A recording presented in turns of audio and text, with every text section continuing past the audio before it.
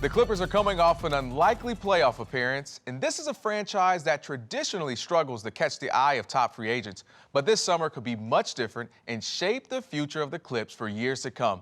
LA Times' Andrew Greif has written about this, and he joins us now. And Andrew, I want to start from the beginning, at least the beginning of Steve Ballmer's tenure being the owner. Was that the shift that this organization needed to kind of start heading in the right direction? Because, I mean, you look at, they had the Lob City with Chris Paul, Blake Griffin, DeAndre Jordan, and the guys. And they were contenders pretty much every year to win a championship. They didn't, and sometimes you could say they fell short of even our expectations. But was that the start of the change for the Clipper organization? Yeah, absolutely. Everyone in the organization thinks that Ballmer brought this from what was called a minor league operation under the former ownership to a team that has now doubled its staffing in some departments, even included new departments in some ways. They've really taken just the personnel and the staffing to a level that is basically matching other teams, if not exceeding it. And so from the front office perspective, they have a very deep front office. That helps scouting and getting players to notice you. Things like that are things that players notice when they want to decide where to go. And Ballmer's commitment to using his money to kind of essentially catching up to the rest of the NBA has been noticed. Stay there for a minute. Spending his money, talking about getting a new stadium here in 2024, I believe it is. And then they're talking about, in your piece you wrote, that he, considering building a new practice facility and just investing money, investing time, and giving so many resources to his staff to be successful. Is that something you get a guy like a Kevin Durant or a Kawhi Leonard who's from this area? Do those things matter to these big-time athletes, those types of amenities? Absolutely. I mean, it's all creature comforts. And, right now, even though they want to build a new practice facility along with the new arena, they're investing multi-million dollars this summer into renovating their facility in Playa Vista, for example. That's something that they might not be there for more than 5 more years, but players will notice that commitment of what they're going to do short-term and long-term. I think you also have to look at Ballmer's his resume, his background in tech. That's something that players, they are not only interested anymore in just getting their money from basketball. They want to be investors. A lot of them want to build their own brands. And he's a guy who can kind of lead them through how he achieved his fortune, how he achieved his all of his fame. And I think that that's a really appealing thing to a certain subset of free agents who see themselves as bigger than a basketball player. That's kind of the thing that guys used to like about Magic Johnson, right? Was that he went from just being this all-time great player to being this all-time great businessman. And you brought up a great point with tech. I look up in the Bay Area and talk about guys like Kevin Durant, Andre Iguodala, Steph Curry, who have invested in a lot of tech companies and a lot of ventures. And so Steve Ballmer would be someone that a potential free agent. But let's stay there because that's the biggest thing. Who's the guy that's going to come and change everything? They've got this scrappy, young, good team, but now they need a guy to get him over the hump.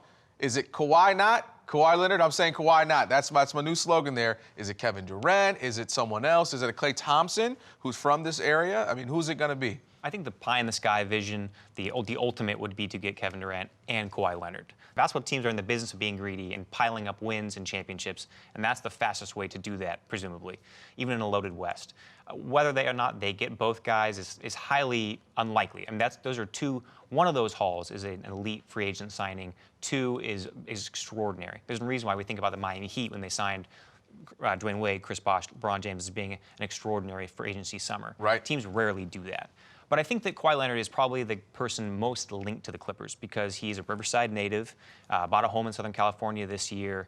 He has just so many roots here that I think that makes a lot of sense. And also, he's a guy who's famous for not having much drama and not wanting much drama, much publicity. The Clippers are very much in that same vein in terms of they don't ask for a lot of publicity. The locker room this year took it as a challenge that they were not being talked about as being a Western contender, and yet they went out and did it. So they like to do things with their actions, not so much their words. I think that general attitude is something that I think Kawhi fits. This is the first time, it seems, ever in the Clippers' history that we go into a summer where we can honestly say they're the better team than the Lakers.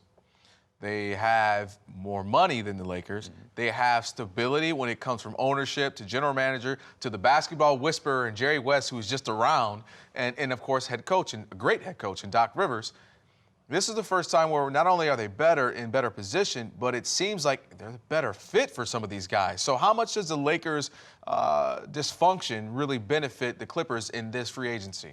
I don't think that's a talking point they would ever bring up, the Lakers, by any means, but they are absolutely going to talk about their stability and really emphasize that because that's been a not very talked about thing about their offseason is that while a lot of other teams are shedding executives and seeing coaches leave for other opportunities, the Clippers have held on to Doc Rivers. They've retained Jerry West. They retained their general manager, Michael Winger, their assistant general manager, Trent Redden.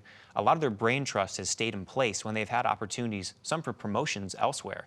And I asked Lawrence Frank, the president of basketball operations, why they did that, why he thought they stayed.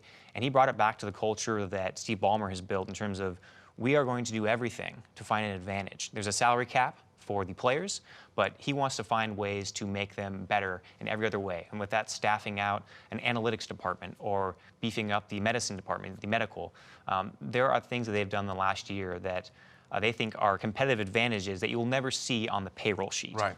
Quickly, very quickly, in fact, Patrick Beverley, Gallinari, are these guys going to stick around this year for the upcoming season? Gallinari is under contract, so he would seem to be obviously the most likely candidate to be around. But he is also a big trade chip potentially because of his salary for next year. If they do want to maybe make some room to get under the salary cap to sign 2 major free agents to MAC contracts, he would be a guy whose salary you could offload for that potentially because he also is attractive. He played very well this year. He did. Patrick Beverley, it will be a free agent. He will have, I think, a robust amount of offers because of the way he played. But he said when he left for the exit interview in April that he is really close to Lou Williams. He's really close to Montrezl Harrell, Shai Gilgeous-Alexander. He considers those his guys, and leaving would be difficult. And so he said, I absolutely think about my guys. And so I think that he would love to remain. Whether that is the case because of the offer he gets, no, I don't know that. But I know that he absolutely feels a very strong kinship with this locker room. Andrew, thank you. Appreciate it. NBA free agency now begins June 30th. And of course, Andrew will be following all the Clipper moves, and you can read it at latimes.com. And still much more to come. LA Times Today will continue right after this.